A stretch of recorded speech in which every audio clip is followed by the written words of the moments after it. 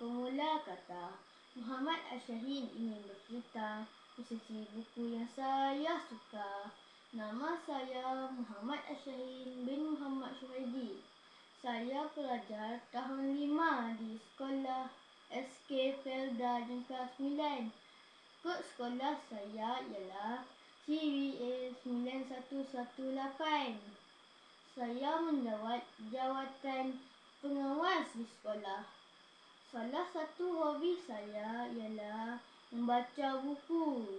Genre kegemaran saya komik kisah-kisah Nabi, komik dan juga aksi. Salah satu buku yang saya suka ialah buku ini yang berjudul Misi Solat 5 Waktu. Buku ini hadiah anugerah Nilam yang saya terima tahun lalu. Mari saya ulaskan serba sedikit tentang buku pilihan saya ini. Buku ini berjudul Misi Solat 5 Waktu, episod Diari Solat Imran. Ianya ditulis oleh Nazri Salam dan diilustrasikan oleh Nazrul Ali. Penerbit buku ini ialah PTS Media Group. Buku ini diterbitkan pada tahun 2017. Genre komik ini ialah komik Islamik dan juga pendidikan agama.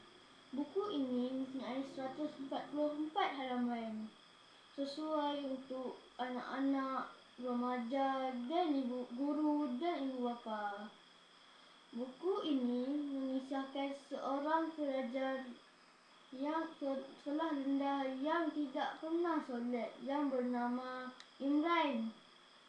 Dalam hidupnya hanya 3 kali dia pernah solat, iaitu solat Aidilfitri tahun lalu, solat Aidiladha tahun lalu, solat jenazah neneknya beberapa bulan yang lalu.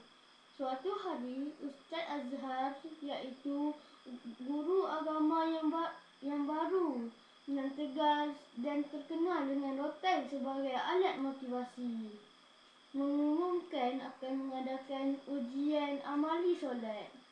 Imran panik dalam keadaan yang tidak tahu apa-apa tentang solat, dari niat hingga tertib, sujud, rukuk.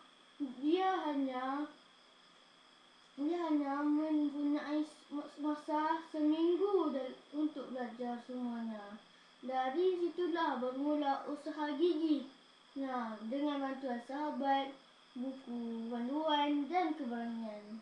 Semua ini direkodkan dalam bentuk diari bergaya komik yang lucu, jujur dan menyentuh perasaan. Buku ini mempunyai kelebihan, iaitu visual komik menarik dan ceria. Ceritanya ringkas, padat dan menghiburkan. Buku ini sesuai dijadikan bahan pendidikan. Buku ini mempunyai kekurangan kecil bagi pembaca dewasa. Jalan cerita mungkin terlalu mudah atau tidak mendalam.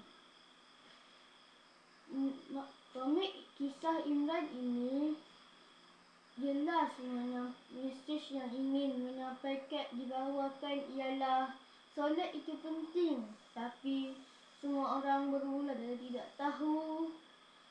Usaha untuk belajar, buang sifat malu dalam menuntut ilmu, berdisiplin, berusaha dalam menghadapi sesuatu cabaran. Secara keseluruhan, buku ini memberi inspirasi dan dapat menambah ilmu pengetahuan. Buku ini mesra kanak-kanak, lucu dan pada masa yang sama tidak meninggalkan mesej utama yang ingin disampaikan, iaitu ibadah solat. Saya memberi skor keseluruhan 4.9/5 bintang. Dan sebagai penutup kata, terimalah serangkap pantun dari saya. Cantik sungguh bunga raya, penghias laman menambah ceria. Ibadah solat jangan dilupa, semoga selamat maju jaya.